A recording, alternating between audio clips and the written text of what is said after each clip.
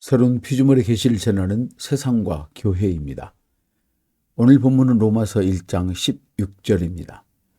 내가 복음을 부끄러워하지 아니하노니 이 복음은 모든 믿는 자에게 구원을 주시는 하나님의 능력이 됨이라. 먼저는 유대인에게요, 그리고 헬라인에게로다. 모든 사람의 성공의 출발은 지옥의 형벌에서 구원받는 것에서부터 출발합니다. 세상에서 그 어떤 성공을 거둔다 해도 그 마지막 삶이 지옥 형벌 속으로 떨어진다면 이보다 더한 불행은 없습니다. 죄에서 구원받지 못하면 부활도 없고 영생도 없고 새로운 피조물도 없습니다. 죄에서 구원받으면 죄가 가져오는 모든 못된 열매들에 대해서도 자유롭게 되는 길이 열립니다. 말씀을 다시 한번 보시면 이 복음은 모든 믿는 자에게 구원을 주시는 하나님의 능력이 된다고 말씀하십니다. 이 율법이 구원을 준다거나 세상의 의학이 구원을 준다거나 돈 버는 방법이 구원을 준다고 말씀하시지 않습니다. 사도 바울은 이 복음이라고 기록하고 있습니다. 이 복음이 구원을 주시는 하나님의 능력이라고 말씀합니다. 무엇을 믿으라는 말이죠? 이 복음을 믿으라고 말씀합니다. 그러면 이 복음이 뭐냐를 먼저 우리가 알아야겠죠. 자, 보십시오. 말씀드린 바와 같이 믿는 자는 영원한 생명을 가졌습니다. 그 영원한 생명이 말씀드린 바와 같이 예수님이 우리를 위해 하신 일 속에 다 포함되어 있다는 것을 알게 되었습니다.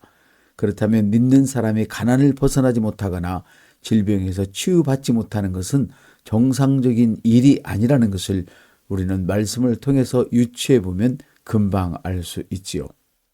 예수님께서는 이와 같이 사람들에게 생명을 주러 오셨습니다. 생명뿐만 아니라 풍성한 생명을 주러 오셨습니다.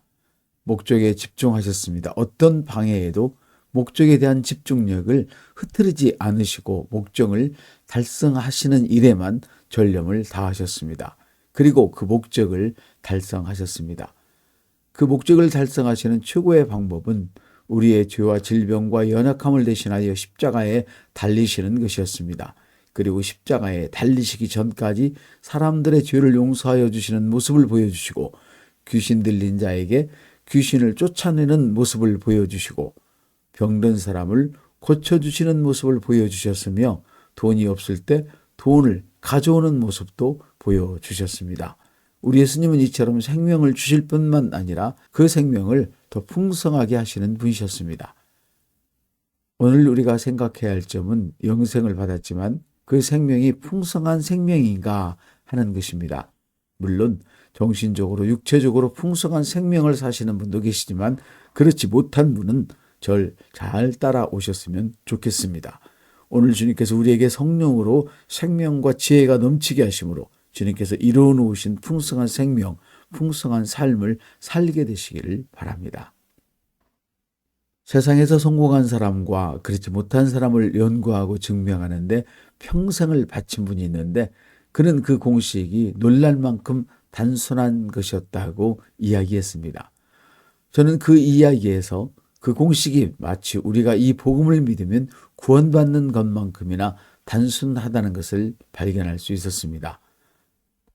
풍성한 삶을 살기 위해서는 목적이 있는 삶을 추구하고 자신이 목표로 삼은 대상에 관한 관심을 잃지 않고 훈련을 게을르지 않고 열린 마음으로 받아들이며 자신과 다른 사람과 그리고 세상을 향한 감사와 존중의 자세를 유지하려고 노력한다는 것이었습니다.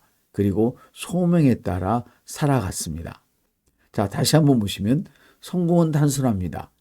마치 이 복음을 믿는 자에게 하나님의 능력이 되는 것처럼 풍성한 삶이 위해서는 목적 있는 삶을 추구하고 자신의 목표로 삼은 대상에 관한 관심을 잃지 않고 훈련을 게을리하지 않고 열린 마음으로 받아들이며 다른 사람과 그리고 세상을 향한 감사와 존중의 자세를 유지하려고 노력하는 것입니다. 그리고 소명에 따라 살아가는 것이죠. 사무엘상 20장 4절에 보면 요나단이 다윗에게 내 소원이 무엇이냐고 묻습니다. 여기서 요나단은 다윗에 대한 성령님의 역할을 의미하지요. 성경은 하나님을 기뻐하면 하나님께서 우리의 마음의 소원을 이루어 주신다고 말씀하십니다. 하나님은 우리의 마음의 손을 들어주실 뿐만 아니라 우리가 하는 말을 거절하지 않으신다고 말씀합니다. 그리스도 안에서 계획을 세우는 것은 너무나 중요하지요. 하나님은 우리가 세우는 계획을 이루어 주신다고 말씀합니다. 구약 성경에서 성전을 지을 계획을 세웠을 때 하나님께서는 그 계획을 이룰 수 있도록 각각에게 은사를 주셔서 그 일들을 훌륭하게 해낼 수 있게 하셨습니다. 교회에 주신 직분을 보십시오. 그리스도 몸을 세우기 위한 직분입니다.